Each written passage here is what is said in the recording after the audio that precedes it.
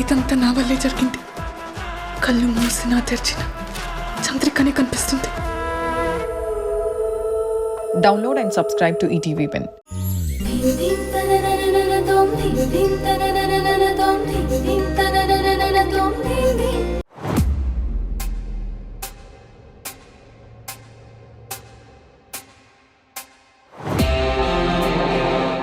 అంటే నన్ను కంపెనీ నుంచి పంపించమని రాజీవ్ సార్కి చెప్తే పంపించలేదని ఈయన గ్రీష్మని ఇంటికి తీసుకొచ్చాడా?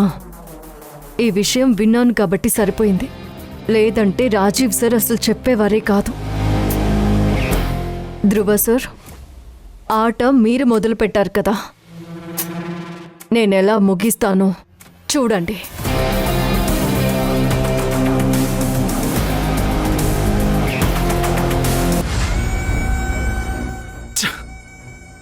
ఎంత ధైర్యం ఈ రాజు అంకుల్కి నన్నే అంత మాట అంటాడా?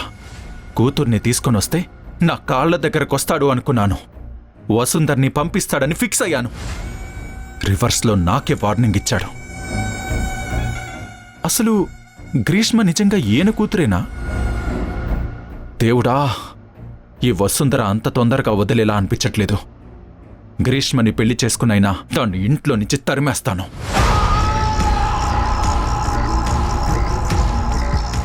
వెంటనే ధ్రువం తీసుకురా, అర్జెంట్ అని చెప్పు. Okay madam. సార్, ఏంటి మల్లికా మేడం పిలుస్తున్నారు? అరగంటలో వస్తాను, నువ్వెళ్ళు. వస్తా అన్నాను కదా, ఇక్కడే ఉండి నా మొహం ఏం చూస్తావు? వెళ్ళు. ఇమీడియట్గా రమ్మన్నారు సార్. సరే, నువ్వెళ్ళు, వస్తాను. వెంట పెట్టుకుని రమ్మన్నారు సార్. ఆఖరికి వీడికి కూడా లోకువైపోయాను. పదండి సార్. ఇలాగే రావాలా? చేతులకి ఏమైనా బేడీలు వేసుకుని తీసుకురమ్మన్నారా? పదండి.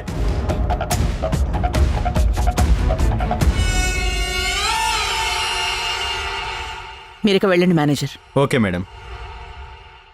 నీ పేరు మేనేజరా?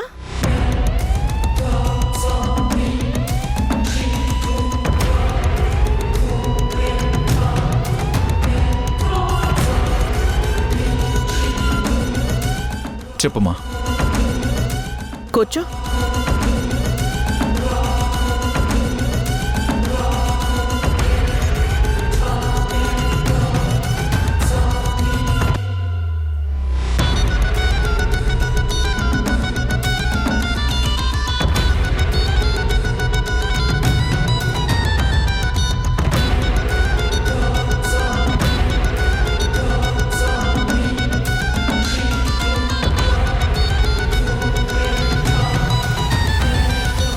అమ్మా, పిలిచావు కదా, ఏంటో చెప్పు.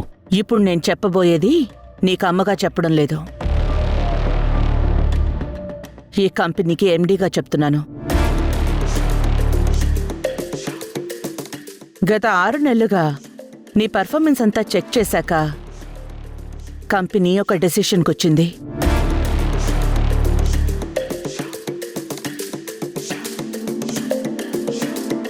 నీ వర్క్ వల్ల కంపెనీ ఎదుగుదల మాట ఉంచితే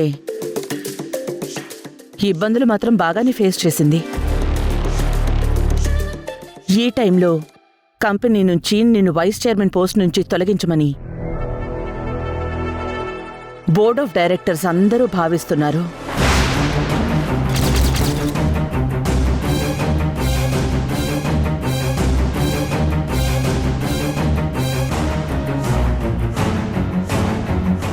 ఎవరో ఆ బోర్డ్ ఆఫ్ డైరెక్టర్? అది అప్రస్తుతం. నీకు గైడెన్స్ అవసరం. సో నువ్వు వసుంధరకి మేనేజర్గా వర్క్ చేసి అన్నీ నేర్చుకుని మళ్ళీ ఈ పొజిషన్కి నువ్వు ఫిట్ అని వసుంధర సర్టిఫికెట్ ఇస్తే అప్పుడు నేను నిన్ను తీసుకుంటాను.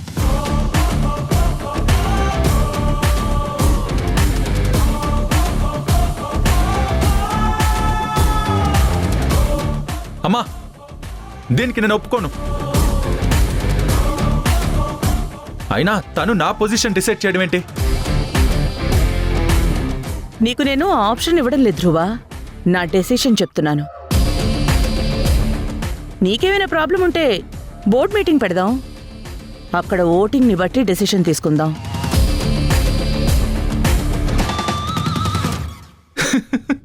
బోర్డు మీటింగా? ఎవరున్నారు అక్కడ? 1 నువ్వు, 2 ఈవిడ, 3 నందితాత్త.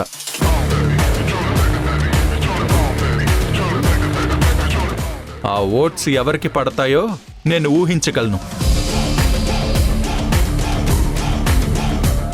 ఇది ఎవరి ప్లానింగో కూడా నాకు తెలుసు.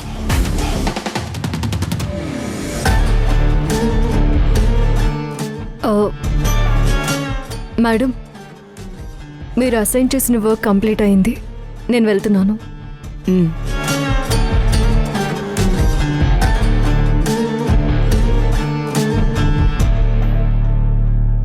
అమ్మా, ఇదంతా తను కావాలనే చేస్తుందమ్మా. నాకు తెలిసి ప్రస్తుతం వసుంధరకి అంత ఖాళీ ఏం లేదురా. అందుకే ఖాళీగా ఉన్న వాళ్ళని తీసేయమని సలహా ఇచ్చింది.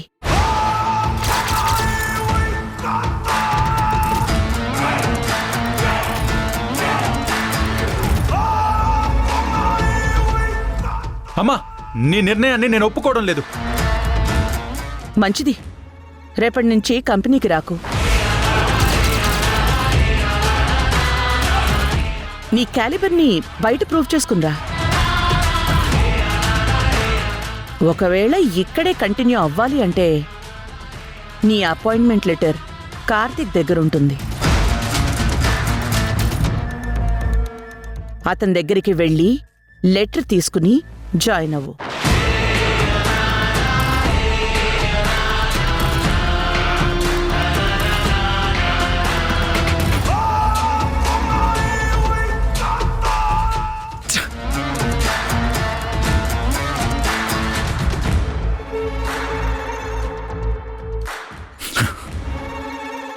అమ్మా,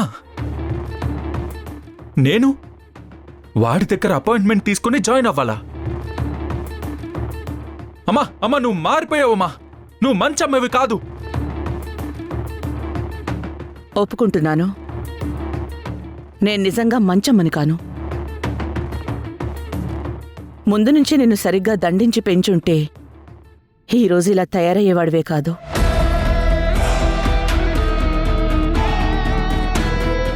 బెటర్ లేట్ దెన్ నెవర్ అని ఇక నీకు క్రమశిక్షణ నేర్పించాల్సిన టైం వచ్చింది.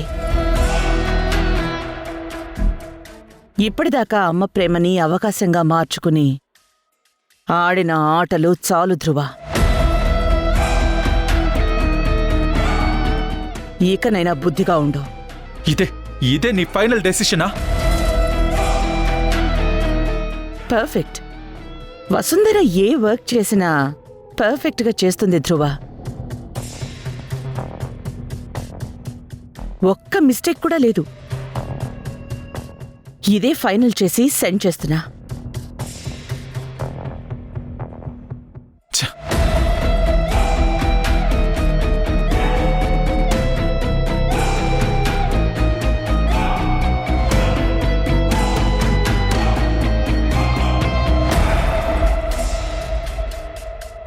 ఇదంతా నీ మంచి కోసమే ధ్రువ.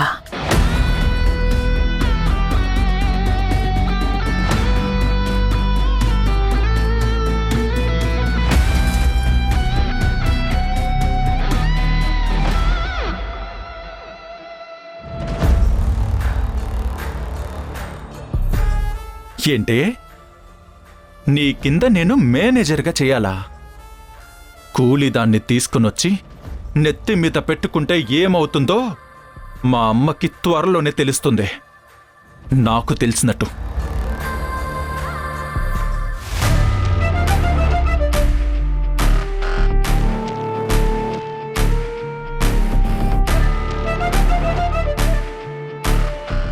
హలో సార్, కాల్ తీయండి. కాల్ తీసి దూరంగా నిలబడి మాట్లాడితే మీకే మంచిది.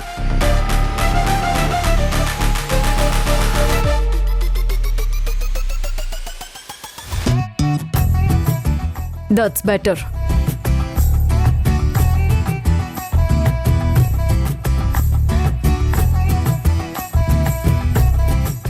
మీరు నాతో మాట్లాడడానికి వస్తే సారీ, నా దగ్గర అంత టైం లేదు. ఏయ్, మా అమ్మని నన్ను వేరు చేయడమే టార్గెట్గా పెట్టుకున్నావు కదూ? గుడ్. విభజించి పాలించడం. వావ్! కోతికి కొబ్బరి చిప్పిస్తే ఎలా ఉంటుందో చూపించావు కదే. ఈ సామెత ఎవరికి బాగా అర్థమవుతుందో ఇందాక రూమ్లో మల్లిక మేడం చెప్పిందాన్ని బట్టే అర్థమైంది. ఇకపోతే విభజించి పాలించడం. ఇది మీరు రాజీవ్ సార్కి ఆయన కూతుర్ని దూరం చేయకముందు అడుగుంటే కనీసం దాని గురించి ఆలోచించేదాన్ని.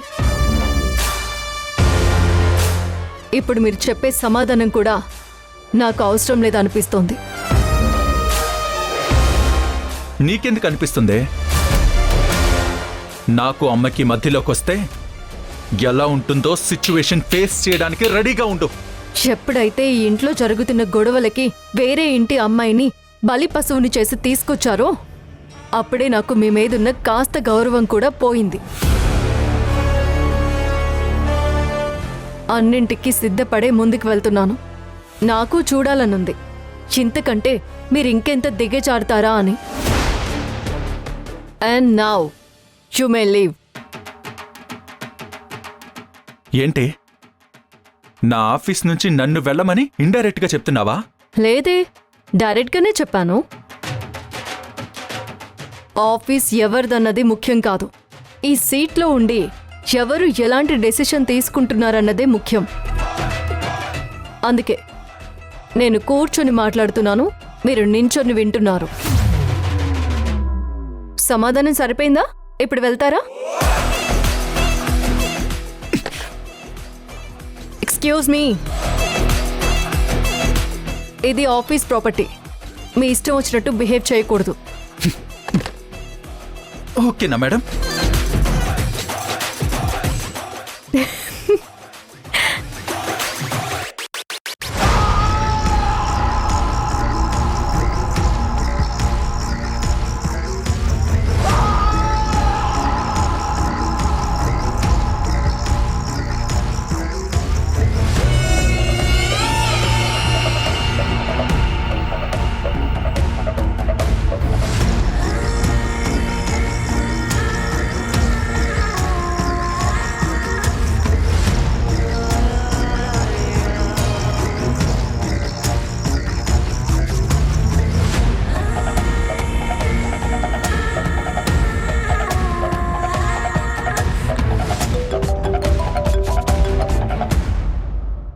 హలో గ్రీష్మ, ఏం చేస్తున్నావు?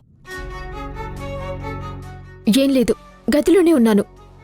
బయటికి వెళ్తే అందరూ తినేసేటట్టు చూస్తున్నారు.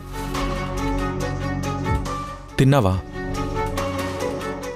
ఇక్కడ గాలి తప్పితే తినటానికి ఏమీ లేదు. నీ పరిస్థితి ఏంటి?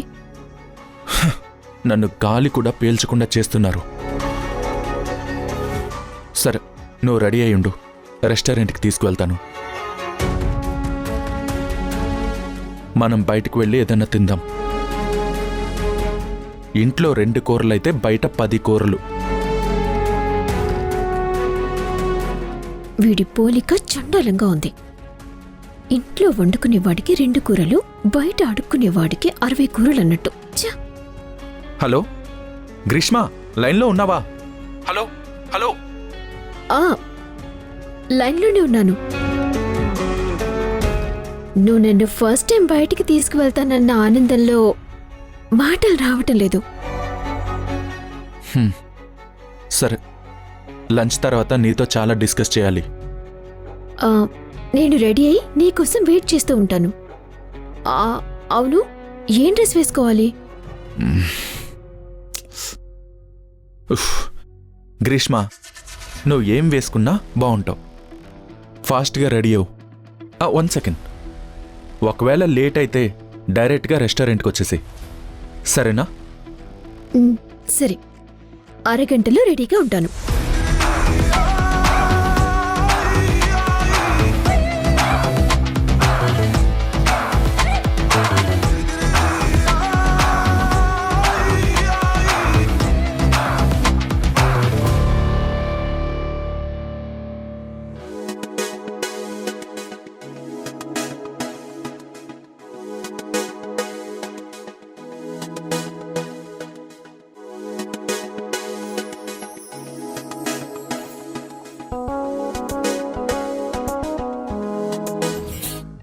నువ్వేం చెప్తున్నావు ధ్రువ? నీ కంపెనీలో నిన్ను డిమోట్ చేయడం ఏంటి? నువ్వక్కడ వర్క్ చేస్తున్నావా లేదా ఆ కంపెనీ నీదా? నాకేం అర్థం కావడం లేదు. అదే నాకు అర్థం కావట్లేదు గ్రీష్మ. అమ్మని అంతలా ఎలా ట్రాప్ చేసిందో కూడా తెలియడం లేదు. నిన్నటి వరకు తన ప్రెజెన్స్ని కూడా తట్టుకోలేని అమ్మ సడన్గా తను ఎంత చెప్తే అంత చేస్తుంది. నాకైతే పిచ్చెక్కుతుంది. వసుంధర చాలా తెలివైంది ధ్రువ. తనకి ఏ టైంలో ఎవరితో అవసరం పడుతుందో ముందే ఊహించగలదు. ఆ టైంకి వాళ్ళని ఉపయోగించుకుని తనకి ఏం కావాలో అది చేయించుకోవటంలో తనని మించిన వాళ్లే లేరు. అసలు దాన్ని ఆఫీస్లోకి ఎంటర్ చేయకుండా ఉండాల్సిందే. ఆఫీస్లో ఎంటర్ చేయటం కాదు, అసలు పెళ్లే చేసుకోకుండా ఉండాల్సింది. అప్పుడు నీ భార్య పొజిషన్లో, అది పీపీ గ్రూప్లో బోర్డ్ ఆఫ్ డైరెక్టర్గా కూర్చునేదే కాదు. నువ్వన్నది 100% కరెక్ట్ గ్రీష్మ. కానీ జరిగిన నష్టం జరిగిపోయింది. ఇప్పుడు మనిద్దరం ఒక్క మాట మీద ఉండాలి గ్రీష్మ. లేదంటే మనల్ని విడదీయడానికి ఎన్ని అవకాశాలున్నాయో అన్ని అవకాశాలు వాడుకుంటారు.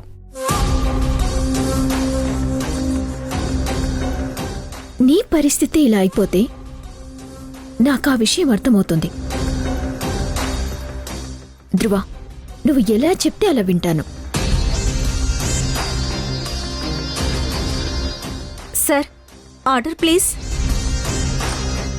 నువ్వు నిన్నటి నుంచి సరిగ్గా ఏం తినలేదు కదా. ఇక ఈ టెన్షన్స్ అనే పక్కన పెట్టి హ్యాపీగా తిను. ధ్రువతో ఉంటే లైఫ్ ఎలా ఉంటుందో నేను నీకు చూపిస్తాను.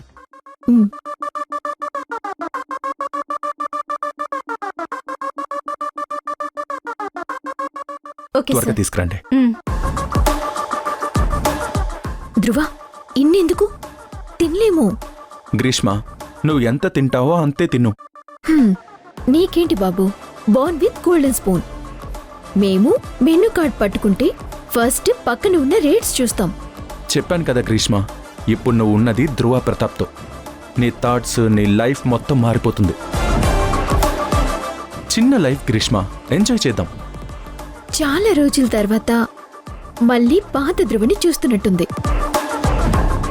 పైగా మనిద్దరమే కలిసి ఎప్పుడు రెస్టారెంట్కి రాలేదు. ఈ రోజు నాకు చాలా హ్యాపీగా ఉంది ధ్రువ. ఇక నుంచి రెగ్యులర్గా వద్దాం. అలానే ఒక ట్రిప్ ప్లాన్ చేయాలి. చాలా రోజులైంది. అమ్మో, అక్కడ కనిపించిన అడ్వెంచర్స్ అన్ని ట్రై చేస్తావంట కదా, విపుల్ చెప్పాడు.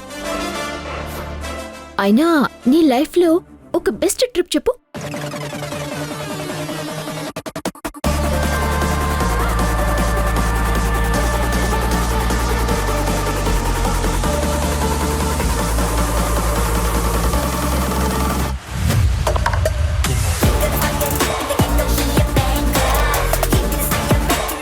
Excuse me sir.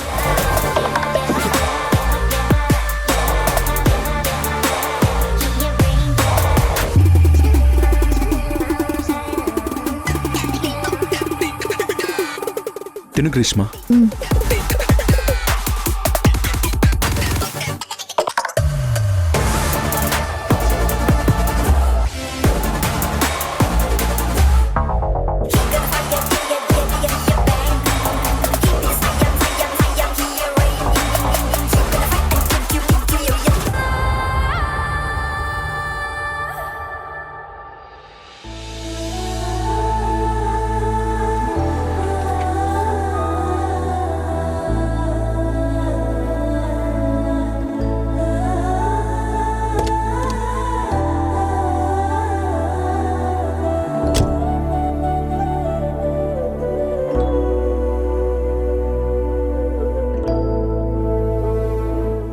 ఏంటి వసుంధరా, ఈరోజు మధ్యాహ్నమే వచ్చేసావేంటి? ఈరోజు చేయాల్సిన పనులు అయిపోయాయి సుజా. నేను ఆఫీస్కి వెళ్ళడం మొదలుపెట్టాక నందితమ్మతో ఈ మధ్య సరిగ్గా సమయం గడపలేకపోతున్నాను.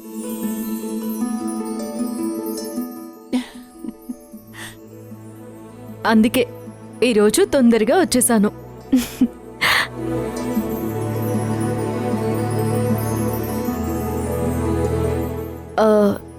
గ్రీష్మ ఏం చేస్తుంది? ధ్రువ సార్ తనని బయటికి తీసుకువెళ్లారు. అవునా సరే, నాకు కొంచెం కాఫీ తీసుకొస్తావా? అలాగే.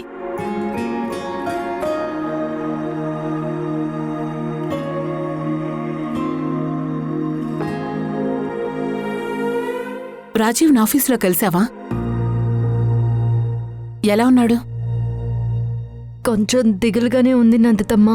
ఆఫీస్కి వెళ్ళాక తెలిసిన విషయం ఏంటంటే నన్ను ఆఫీస్ నుంచి పంపించేయమని ధ్రువ సార్ రాజీవ్ సార్ని అడిగారు.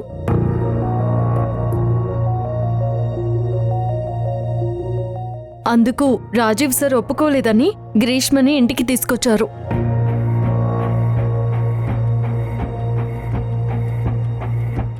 తనని తీసుకొనొచ్చింది ప్రేమతో కాదని నాకు మొదటి నుంచి అనుమానమే. విషయం ఇదన్నమాట. గ్రీష్మని తిరిగి ఇంటికి పంపిస్తానని రాజీవ్ సార్కి మాటిచ్చానమ్మా. అది ఎలా చేయాలో అర్థం కావడం లేదు.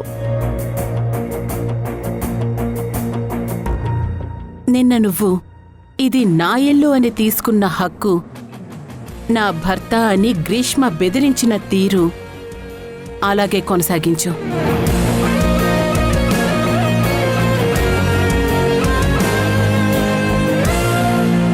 ఇదంతా నువ్వు కావాలనే చేస్తున్నావో నాకు అర్థం అవుతుంది. ఈ ఇంట్లో గ్రీష్మ ఉండకూడదు అంటే వసుంధర కూడా ఉండకూడదు. ఇది నా ఇల్లు. ఇక్కడ ఎవరుండాలి ఎవరు ఉండకూడదు అని డిసైడ్ చేసే హక్కు నాకు మాత్రమే ఉంది. ఇక్కడ నాకు ఎలాంటి మర్యాద హక్కు లేనప్పుడు నాకు రావాల్సిన ఆస్తి నాకు ఇవ్వమ్మా, లేదంటే కోర్టు దాకా వెళ్తాను. నువ్వు ఆస్తి కోసం కోర్టును ఆశ్రయించిన మరుక్షణం నా వాటా నందిత వాటా కూడా వసుంధరకే రాసిస్తాను.